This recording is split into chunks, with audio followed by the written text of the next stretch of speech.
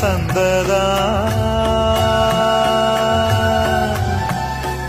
இல்லை யாதியின் வல்வினை சூழ்ந்ததா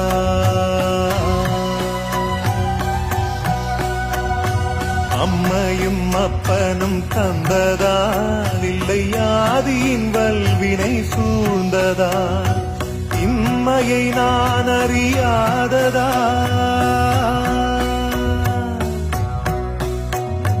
இம்மையை நான் அறியாததா